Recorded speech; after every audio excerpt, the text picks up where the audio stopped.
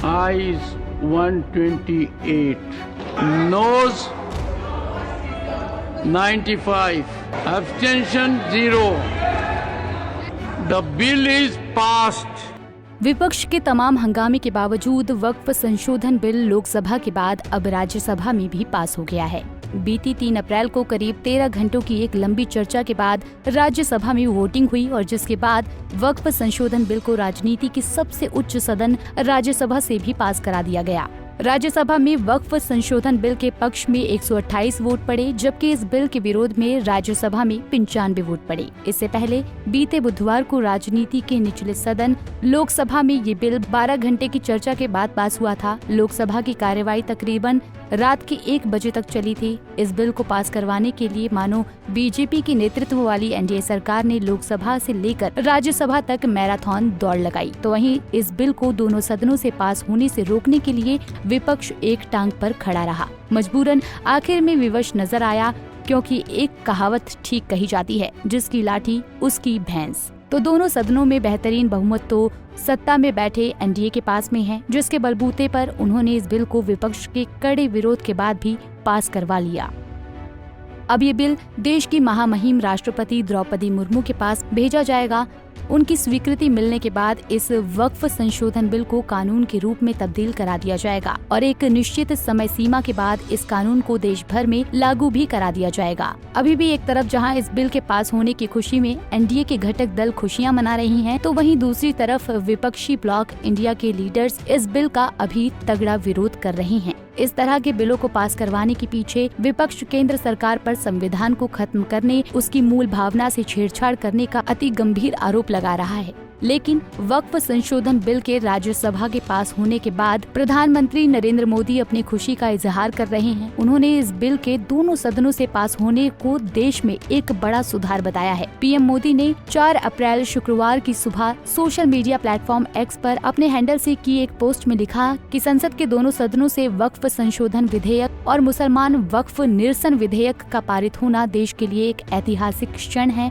ये सामाजिक आर्थिक न्याय, पारदर्शिता और समावेशी विकास की हमारी सामूहिक प्रतिबद्धता को सामने लाता है। ये विशेष रूप से उन लोगों के लिए फायदेमंद होगा जो लंबे समय से हाशिए पर रहे हैं, जिनकी आवाज अनसुनी रही और जिन्हें अवसरों से वंचित रहना पड़ा है। पीएम मोदी ने अपनी पोस्ट के दूसरे खंड में लिखा कि दशकों से वक्फ व्यवस्था में पारदर्शिता और जवाबदेही की कमी नजर आ रही थी। इससे मुख्य रूप से हमारी मुस्लिम माताओं, बहनों, गरीब और पसमानदा मुसलमानों भाई बहनों के हितों को बहुत नुकसान हो रहा था। अब संसद द्वारा पारित विधेयक पारदर्शिता को बढ़ाने के साथ साथ लोगों के अधिकारों की रक्षा में भी मददगार बनेगा। इतना ही नहीं, पीएम मोदी ने अपनी इस पोस्ट के तीसरे खंड में लिखा कि इसके साथ ही हम एक ऐसे युग में प्रवेश करेंगे जो आज के समय के अनुरूप होने के साथ ही सामाजिक न्याय को लेकर प्रतिबद्ध होगा। देश के हर नागरिक की गरिमा को प्राथमिकता मिले, इसके लिए हम संकल्पबद्ध हैं। ये मार्ग ज्यादा सशक्त, समावेशी और संवेदनशील भारत के निर्माण में काफी महत्वपूर्ण होने वाला है। कुल मिलाकर कहने का तात्पर्य यही है कि वक्फ संशोधन बिल के लोकसभा और राज्यसभा में पास होने के बाद मानो पक्ष की तो चांदी निकल पड़ी है, लेकिन विपक्ष अभी भी इस बिल को कानून बनने से रोकने के लिए पूरी तरह प्रतिबद्ध नजर आ रहा है।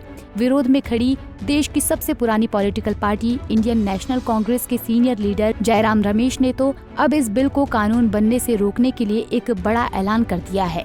उनके मुताबिक कांग्रेस आखिरी सांस तक इस बिल का विरोध करेगी और वो इसके लिए देश की सर्वोच्च अदालत सुप्रीम कोर्ट भी जाने के लिए तैयार हैं। जयराम रमेश ने सोशल मीडिया प्लेटफॉर्म एक्स पर जानकारी देते हुए अपने हैंडल से एक पोस्ट में लिखा कि कांग्रेस द्वारा CAA 2019 को चुनौती देने पर सुप्रीम कोर्ट में सुनवाई हो रही है। RTI अधिनियम 2005 में 2019 के संशोधनों को कांग्रेस द्वारा चुनौती देने पर सुप्रीम कोर्ट में सुनवाई हो रही है। चुनाव संचालन नियम 2024 में संशोधन की वैधता को लेकर कांग्रेस द्वारा चुनौती पर सुप्रीम कोर्ट में सुनवाई हो रही है। पूजा स्थल अधिनियम 1991 की मूल भावना को बनाए रखने के लिए कांग्रेस द्वारा किए गए हस्तक्षेप पर सुप्रीम कोर्ट में सुनवाई हो रही है। कांग्रेस बहुत जल्द ही वक्फ संशोधन विधेयक 2024 की संवैधानिकता को सुप्रीम कोर्ट में चुनौती देगी। हमें पूरा विश्वास है और हम भारत के संविधान में निहित सिद्धांतों, प्रावधानों और प्रथाओं पर मोदी सरकार के सभी हमलों का विरोध करना जारी रखेंगे। फिलहाल वक्फ संशोधन बिल के पास होने की क्रिया प्रक्रिया के दौरान सबसे ज्यादा जिन राजनीतिक पार्टियों ने ख्याति प्राप्त की वो सत्ता में बैठे एनडीए के घटक दल बिहार के जेडीयू और आंध्र प्रदेश की टीडीपी रही।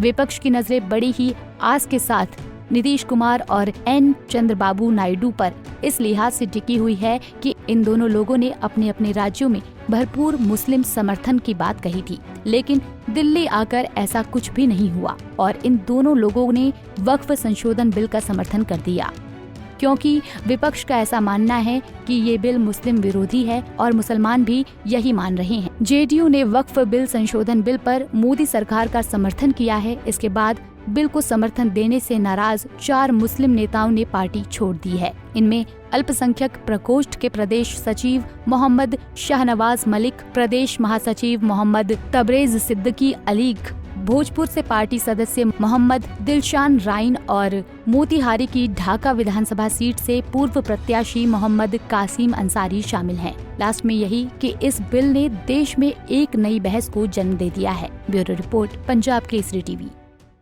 हमसे जुड़े रहने के लिए हमारे YouTube चैनल को सब्सक्राइब करें और नई वीडियो की नोटिफिकेशन के लिए बेल आइकॉन को दबाएं।